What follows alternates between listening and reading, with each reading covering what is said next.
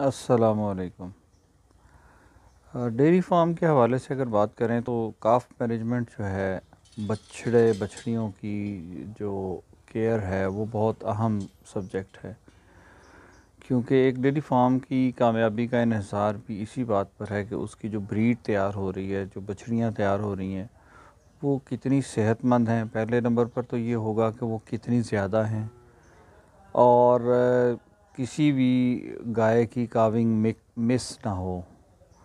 फिर उसके बाद जब बछड़ी पैदा हो जाए तो फिर उसकी केयर क्या करनी है, उसके लिए जो स्टैंडर्ड्स हैं, ज़ाहिर है वो सारे तो मीट करना मुश्किल होता है, लेकिन कोशिश करते हैं कि ज़्यादा से ज़्यादा जो स्टैंडर्ड हैं उनको देखा जाए और उनके ऊपर काम किया जाए।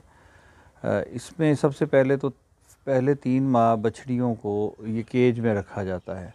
चंद दिन, 3-4 दिन जो होते हैं उसमें सिर्फ़ उसको दूध पिलाया जाता है फीडर के साथ।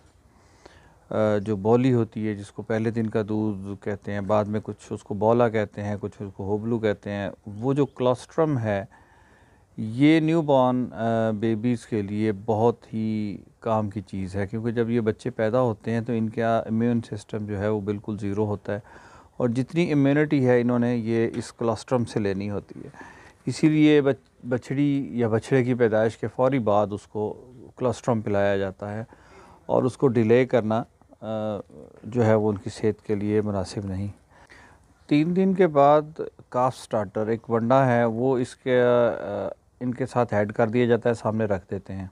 फर्स्ट 3 मंथ जो है इनको ग्रीन फॉडर, सब चारा बिल्कुल नहीं खिलाया जाता। उसकी वजह ये है कि वो इनके रेमन अभी बिल्ड नहीं हुआ होता उस प्रॉपर तरीके से, और कुदरत का निज़ाम है कि इसने दूध पीना है तो सब्ज़ चारा जो है वो उनको पेट लटका देता है। ये नामुनासिब है।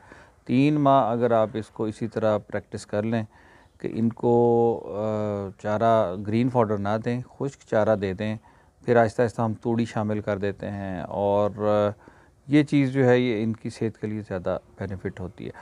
अभी उसके बाद नीचे इनके पराली डाल देते हैं ताकि ये कंफर्टेबल रहें, और जब ये फ्रेश पराली डाली जाती है तो ये खूब इंजॉय करते हैं, उसको हल्ला गुल्ला करते हैं, उसको इंजॉय करते हैं। जैसे हमारे बच्चे भी जब गांव आते हैं, फार्म आते हैं, और वो मुंजी कटाई के बाद पराली के ढेर लगे होते हैं तो जंप करते हैं, इनका भी वही हाल है।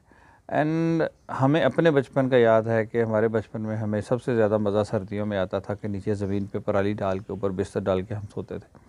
तो बहुत कंफर्टेबल और गर्म होता है, और ये जो मैट्रेसेस आने से पहले और गांव देहात की ज़िंदगी में ये एक बड़ा कुशन और मैट्रेस होता था सर्दियों के लिए।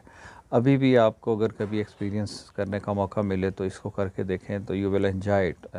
और ये जानवर भी उसको फिर पूरी तरह एंजॉय करते हैं, रेस्ट करते हैं। और आपने देखा होगा कि आज हमने जब रिप्लेस किया इसके फ्रेश जो है वो पराली डाली इनके नीचे, तो इन्होंने उछल कूद भी खूब की, और उसके बाद फिर दोपहर का जो टाइम था वो बड़ा रिलैक्स, सब एनिमल जो हैं, जब सब हीफर जो हैं वो सो रही। उसके अलावा जो मज़ीद एहतियात है इनकी वो यही है कि इनको बाहर की मिट्टी ना खाएं। नीचे ये जो डालने का मकसद ये भी होता है कि ये जो काफ्स हैं ये मिट्टी ना खाएं, इनसे भी इनका पेट लटक जाता है और इसमें वर्म्स पैदा हो जाते हैं ह्यूमन में। ह्यूमन का जो है वो स्टमक होता है, तो इनका ह्यूमन होता है। तो बाकी ये सारी इन्फॉर्मेशन आहिस्ता आहिस्ता थोड़ी थोड़ी शेयर करते रहेंगे। जिनको इंटरेस्ट होगा वो क्वेश्चन करके भी हमसे पूछ सकते हैं कि हम ये किस तरह डेयरी फार्म को मैनेज कर रहे हैं। और ये छोटे लेवल पे है, एक बहुत बड़ा डेयरी फार्म नहीं, आप ये बहुत छोटे लेवल पे भी आप इसको कर सकते हैं। और ये प्रैक्टिसेस अगर आप 1-2 जानवर भी घर में रखा है, उनके बच्चों के साथ भी कर लें, तो आपको जो अगली नस्ल तैयार होकर मिलेगी वो आम रूटीन में जो बच्चे जिनकी केयर हुई है बछड़ियों की, उनसे कहीं अच्छी मिलेगी, और उनसे अच्छा दूध और अच्छी नस्ल आपको मिल सकती है। तो आज के लिए इतना ही काफ़ी।